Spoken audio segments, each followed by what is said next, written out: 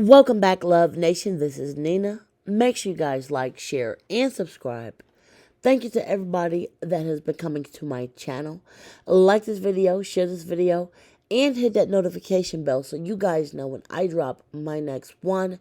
You guys, we are on chapter 4 of reading through this amended lawsuit, which is now naming more names that had previously been Jane Doe's or John Doe's, some of which are famous celebrities. I do not know if they are guilty or not guilty, or if they have alibis concerning when these allegations are proclaimed to have happened.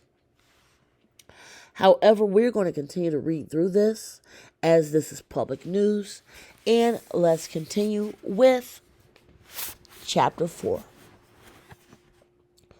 Plaintiff then pushed Diddy from behind while on the stone stairs outside, causing him to fall with his back to Ashley. Ashley then raised the sharp object in a rage from the events that just transpired and with the intent of driving the sharp object into Diddy's back when he turned around and began pleading for his life.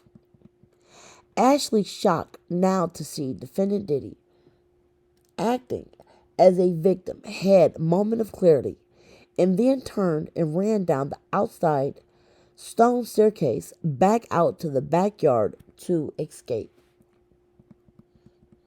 Diddy then chased Ashley down the stairs and attempted to push her, but she was already at the bottom of the stairs and gained her footing and wielded the sharp object at Diddy, grazing his abdomen.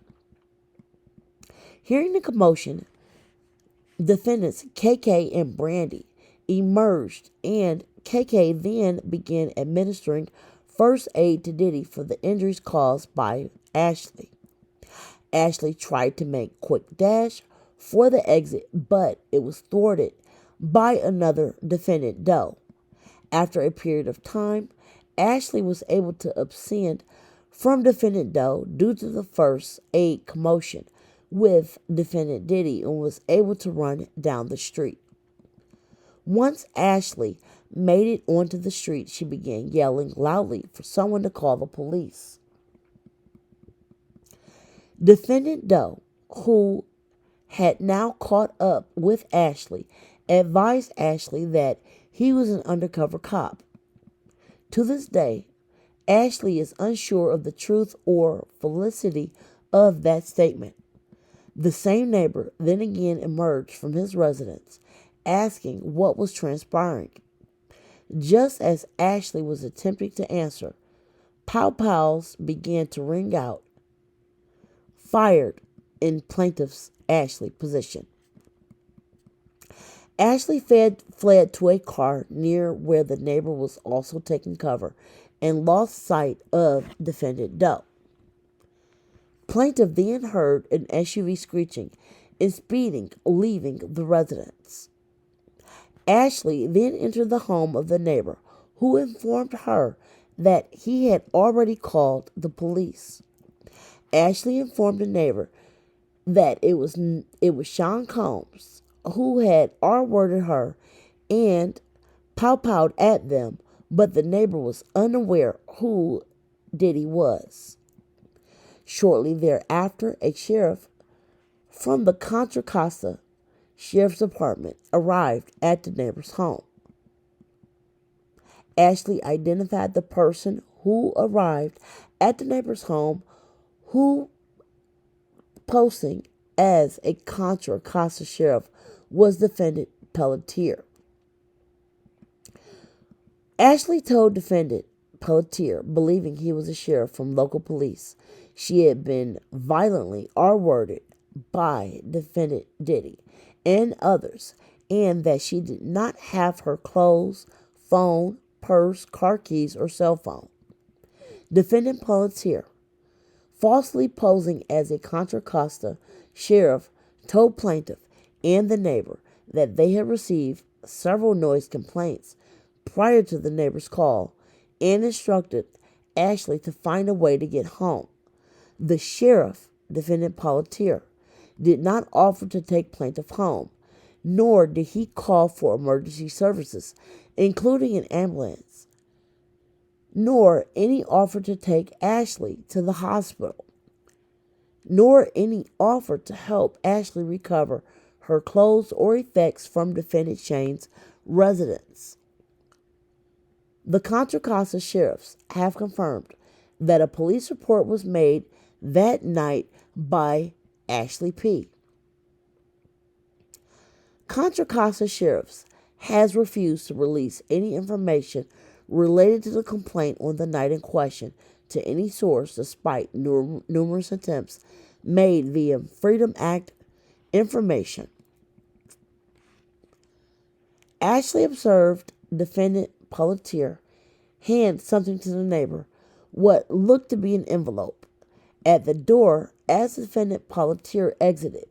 The neighbor went to a nearby room and quickly returned empty-handed.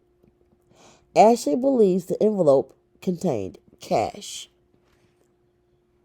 The neighbor offered to let plaintiff sleep on his couch until she could figure out a way to get her possessions and get home, but Ashley declined, uneasy and unsure about the exchange with police and the neighbor, and only remained at the neighbor's residence for a short period of time once the defendant Pelletier, posing as Contra Costa law enforcement, left. Plaintiff then went back to defendant Shane's residence, where she found the door open and her clothes were readily accessible in his residence. Shane then emerged as if nothing had transpired and offered for plaintiff to stay at his residence while she slept it off. Plaintiff asked for her purse and her keys, but Shane told her she shouldn't leave in her condition, and Ashley, catatonic and in a state of shock and disbelief of the events that transpired, stayed at defendant Shane's home while Shane left the home. Later that morning, Shane returned to the residence and woke Ashley up and finally gave her back her purse, cell phone, and keys, and plaintiff left defendant's residence. In a daze, Ashley returned home and tried to make sense out of what happened to her. On March 26th of 2018, Ashley contacted her primary care doctor and asked for a adult test in fear of possibly having contracted anything from her violent R-wording. Ashley tried to continue her life as she felt she wouldn't be believed, as plaintiff already had told her what she believed to be Contra Costa sheriff's defendant. Diddy R-worded her to no avail. Further, Ashley was under the impression if she did continue to say Diddy's name in relation to what happened to her, she would not be believed and her family would be in danger. Seemingly mere days, maybe even the day before plaintiff's vicious R-word, Shane had miraculously began driving a new car. Plaintiff believes this was payment by Diddy for setting up plaintiff to be R-worded. Ashley went to the hospital, where the hospital conducted several tests on Ashley, including a R-word kit, ultrasound, and x-rays. Additionally, Ashley was given IV fluids to stabilize her vitals, as she was in a severe weakened state from being unable to eat and losing substantial amount of weight since the R-word occurred. While at the hospital, Ashley told members of her treatment team about the horrific SA, and they contacted the Walnut Creek Police. Walnut Creek Police showed up to plaintiff's hospital room and took a statement regarding her SA. Ashley only told Walnut Creek Police about what happened from defendant Shane and John Doe. Plaintiff believes her statements made to Walnut Creek police while at the hospital was captured by police body camera footage. Ashley further believes her statements made on March 23rd, immediately after the vicious SA, where Ashley named defendant Diddy directly and by names, may be captured by body camera footage, but upon determining the sheriff was defendant Pelletier, does not believe it was captured as he was a co-conspirator.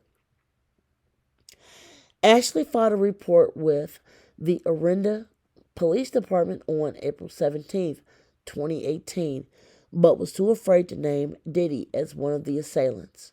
During this report, she provided her clothing to the police from the night of the incident, but they only retained her underpants.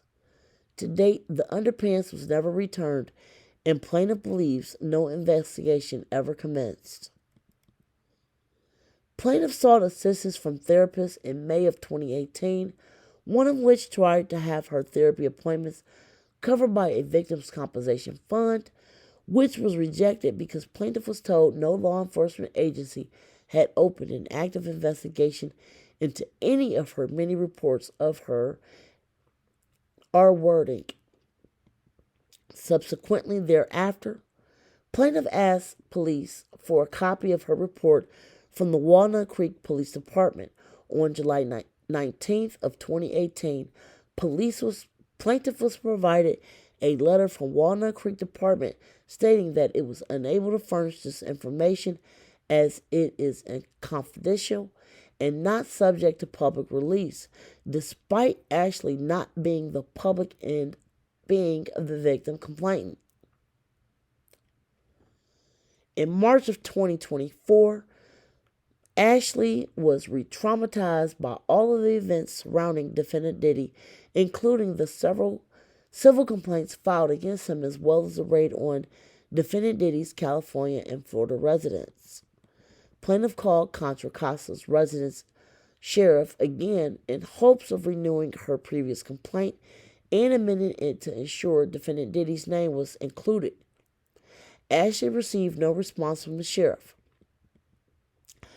Plaintiff Ashley, in July of 2024, then emailed the chief of the sheriff's office regarding her complaint, lack of the investigation, and how she was treated by initial responding officers.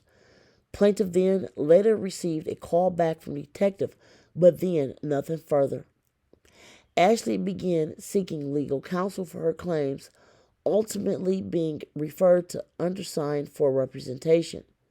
Undersigned counsel also attempted to get a copy of the 2018 police report from Contra Costa Sheriff, but was told that they would not provide the report or any other information without a subpoena. I will end chapter 4 right there. You guys, there's a lot of information going on right here, a lot of dates, a lot of times. Share your comments below, like, share, subscribe. We will come back with part 5 very shortly. Again, enjoy your day. Share your comments below. Bye, guys.